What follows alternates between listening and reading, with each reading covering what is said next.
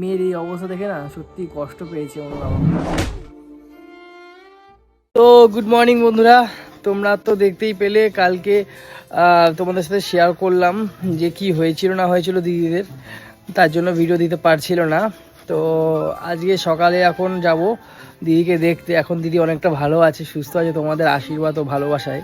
তোমরা অনেকে ভালো ভালো কমেন্ট, সবাই ভালো ভালো কমেন্ট করেছো। কিছু লোক আছে যারা মানে কি বলবো, একটা মানুষের শরীর খারাপ সেটা নিয়েও কন্ট্রোভার্সি করতে চায় না, খারাপ মন্তব্য করতে চায় না। তো তাদের জন্য আর কি বলবো, বলার তো কিছু নেই, তাদেরকে আটকাতেও পারি না আমি, সবাই আমার বন্ধু বলতে পারো। এখন যাব অনু, আমি, দাদা সবাই মিলে দিদিকে দেখতে।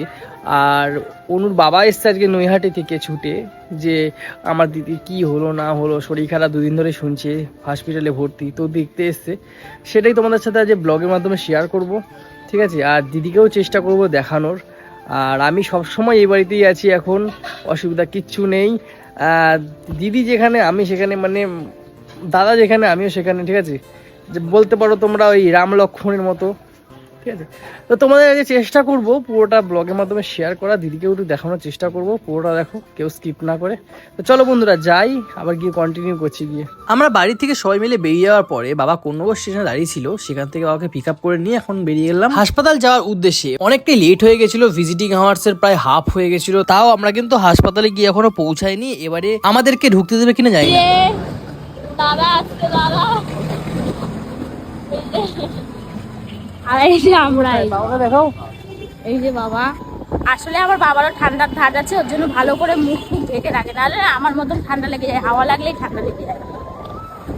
আর এই কৌশিক দেখো, মাথায় একটা টুপিও পরে নাই। হ্যাঁ, কি অবস্থা। বাবা আর মেয়ে এখন যাবে, এই আস্তে আস্তে সাবধানে।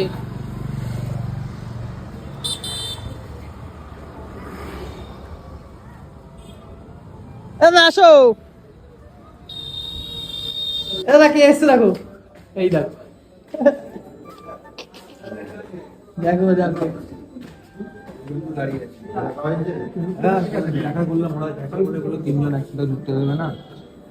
মা কতজন এসছে গো, ওই দেখো ভেতরে কত লোক।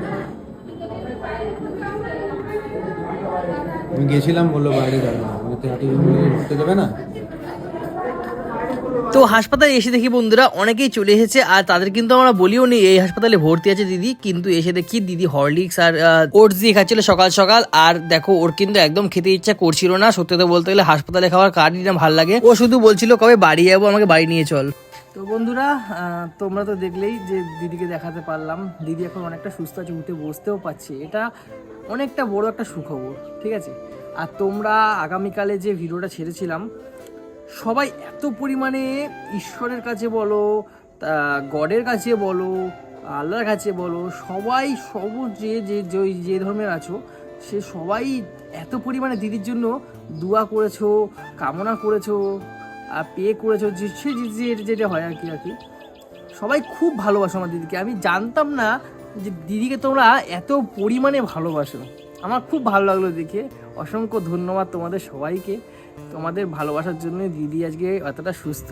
আর কালকে বা পরশুদিনের মধ্যে হয়তো বাড়ি ফিরবে। আমাদের তো খুব মজা বাড়িতে এখন, দিদি ফিরবে ভালোভাবে, সুস্থভাবে।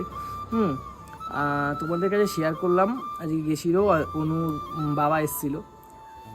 সত্যি কথা বলতে গেলে অনুর বাবাকে না, মানে অনেক করে চেষ্টা করলাম মানুষটাকে, যে সকালবেলা এসছে একটু দুটো ডাল ভাত একটু খেয়ে যাওয়ার জন্য, কিন্তু অনুর বাবা মানে ওই যে বলে না, মন থেকে একটা কেউ যদি ভর্তি থাকে হসপিটালে, মুখ থেকে ভাত নামে না, ওইটা হচ্ছে ঘটনা, বুঝলে তো? আর আমার দিদিও তো অনুর বাবাকে বাবা ডাকে, তো সেক্ষেত্রে কিন্তু মেয়ের শরীর খারাপ দেখে কিন্তু কোনো বাবারই মানে মুখ থেকে কিন্তু ভাত নাবে না। তো সেই কারণের জন্য অনুর বাবা আর আসেনি, বললো যে দিদি বাড়ি ফিরুক ভালোভাবে, মাকে নিয়ে আসবে। তোমরা কেউ কিন্তু খারাপ কিছু মনে করো না, ঠিক আছে? সেই মানুষটা মানে আমার দিদিকে দেখে না সত্যি বলতে কেঁদে ফেলেছে।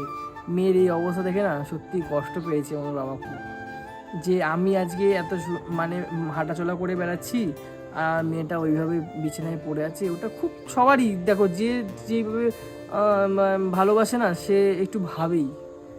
তো যাই হোক, তোমাদের কেমন লাগলো বলো? দিদির মানে দিদি যে এখন সুস্থ আছে এটা জানিও আমাদের। আর একটা কথা যেটা হচ্ছে গিয়ে, গত 3 দিন 4 দিন যা ঝড় গেছে, শুধু আমি আর মিঠুনদা ছাড়া জানি না, মানে আর কেউ জানে না যে কতটা প্রেশারে ছিলাম আমরা। মানে সত্যি কথা বলতে গেলে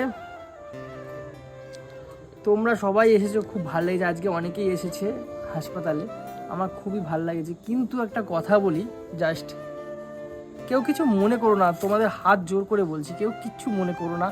আমি কিন্তু কথাটা কিন্তু কারোর উদ্দেশ্যে, কারোর খারাপ লাগার জন্য বলছি না।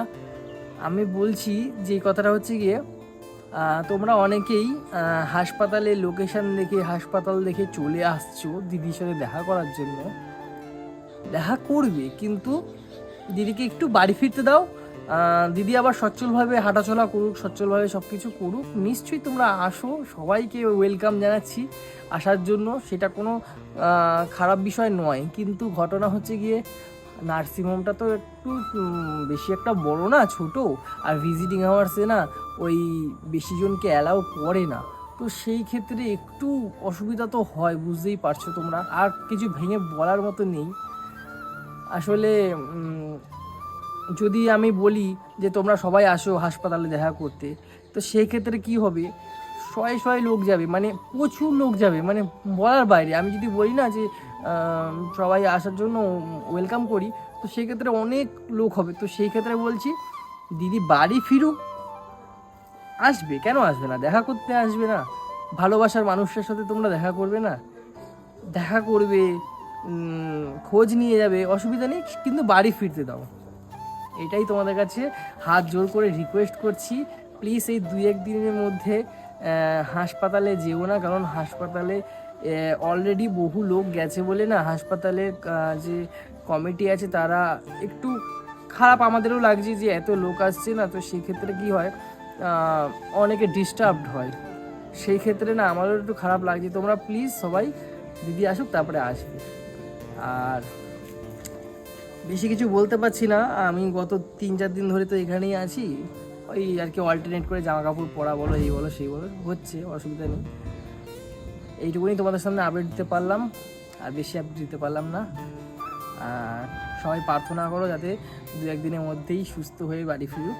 আর আমরা কিন্তু সামনেই সরস্বতী পুজো করবো, খুব আনন্দ হবে, খুব মজা হবে। সবাইকে নিয়ে ঘুরতেও যাব, কারণ দিদি ছাড়া কোথাও ঘুরতে যাব না।